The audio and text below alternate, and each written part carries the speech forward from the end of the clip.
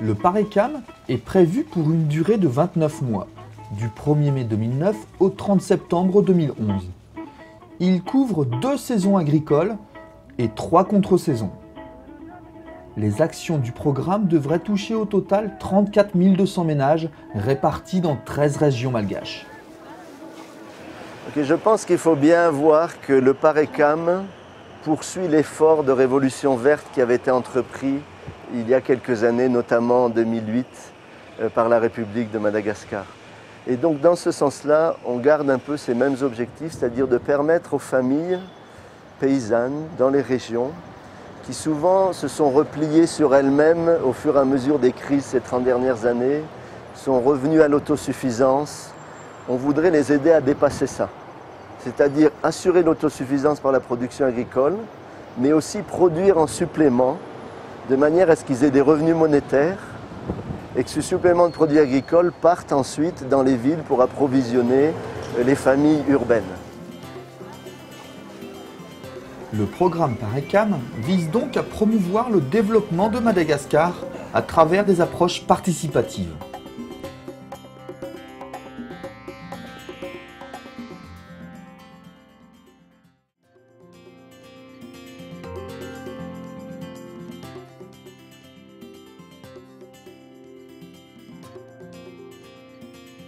Les activités menées dans ce cadre permettent aux producteurs agricoles les plus vulnérables et leurs familles de bénéficier de la croissance économique rurale et d'améliorer leurs moyens de subsistance. Pour mener à bien cet objectif, PARECAM s'est orienté vers 4 axes d'intervention.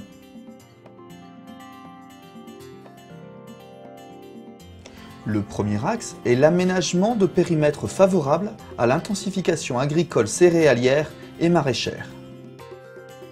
L'objectif est d'augmenter les superficies pour la production de riz et de produits maraîchers.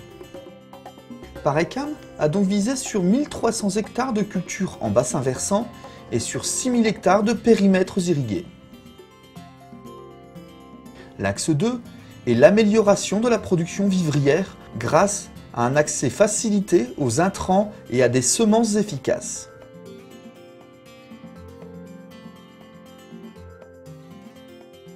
Mais cet objectif ne peut s'atteindre que grâce à la modernisation des pratiques agricoles et d'élevage.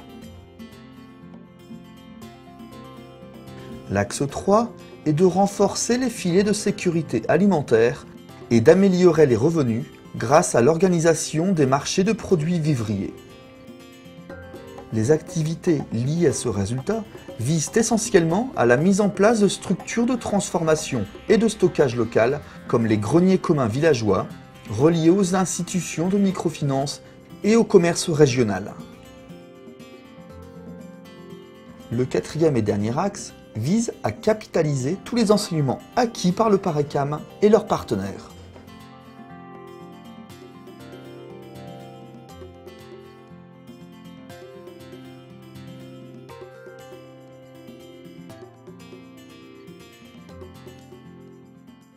Le défi du PARECAM est donc de renforcer la sécurité alimentaire grâce à l'augmentation significative de la production vivrière, tout en assurant aussi le partage des techniques à un nombre croissant de producteurs agricoles les plus vulnérables.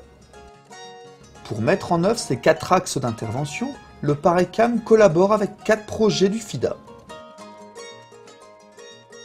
Le projet AD2M travaille sur l'aménagement de 1500 hectares de périmètres rizicoles supplémentaires qui devraient toucher 3600 ménages. Leur intervention combine à la fois la sécurisation foncière décentralisée et la mise en valeur productive du milieu rural, tout en prenant en compte la protection environnementale et le développement des populations les plus vulnérables repoussées vers les zones enclavées. Le projet PPRR axe son appui, en plus de la culture rizicole, sur d'autres filières agricoles comme l'ananas, le piment, le miel et les haricots. Ces filières sont développées pour devenir des activités génératrices de revenus des paysans les plus pauvres de la zone. Dans la zone sud de Madagascar, sujette à des problèmes de sécheresse assez cycliques, le projet AROPA a pour logique d'intervention d'étendre les superficies exploitables et de promouvoir le système de micro-irrigation en goutte à goutte. Les filières manioc, maïs, riz et pommes de terre répondent aux besoins primordiaux de sécurité alimentaire de la zone. La culture d'oignons est aussi largement développée. Un système d'alerte sécheresse est aussi mis en place pour faire face au déficit pluviométrique dans les communes classées en difficulté alimentaire. Dans ces 5 régions d'intervention, le programme Prospérer œuvre principalement sur les actions d'intensification des cultures vivrières et le renforcement des filières. Dans la région d'Itas, l'introduction de nouvelles semences a permis une augmentation du rendement de 600 kg par hectare pour les haricots et dans la région Sofia, une augmentation du rendement de 15 tonnes par hectare pour les oignons. 32 greniers communautaires villageois seront aussi construits dans les prochains mois.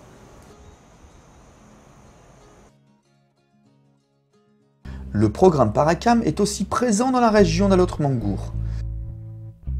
C'est un bon exemple de réussite en matière de riziculture et d'amélioration des techniques agricoles. Dans le district d'Ambatondrazak, de vastes périmètres de riziculture irriguée assurent la première production nationale en riz.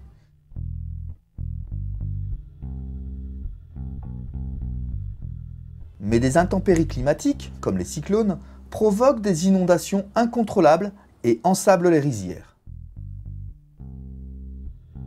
De plus, certaines infrastructures d'irrigation ne sont que très rarement entretenues, faute de moyens.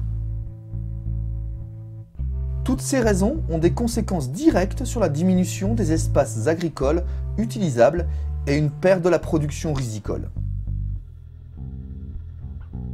Au final, cela entraîne une augmentation nationale du prix du riz. En 5 ans, le prix du riz a été multiplié par 3 à Madagascar.